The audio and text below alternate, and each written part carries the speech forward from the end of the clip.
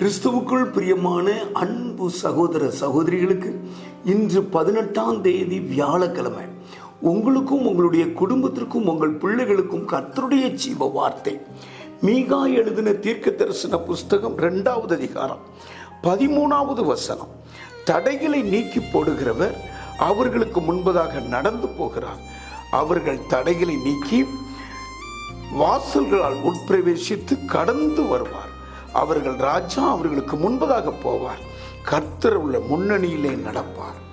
கட்டாயமாய் இந்த ஜீவ வார்த்தை கேட்கிற நீங்கள் பாக்கியவான்கள். நிச்சயமாய் உங்களுக்கு ஆசீர்வாதத்தை கொண்டு வரும். இயேசு இந்த வசனம் நிறைவேற சிலுவையில் மரித்திருக்கிறார். ஜெபிப்போம். பரலோக தகப்பனே, இந்த ஜீவ வார்த்தையை கேட்கிற உடைய பிள்ளைகளுக்கு வசனம் நிறைவேற சிலுவையில் மரித்திருக்கிறீரே. ஆகையால் இந்த வசனம் கேட்கிற அவர்களுக்கு ஆசீர்வாதத்தை கொண்டு வரட்டும். ஆசீர்வாதமாயிருப்பார்களாக. இயேசுவின் மூலம் ஜெபிக்கிறேன் பிதாவே, ஆமென்.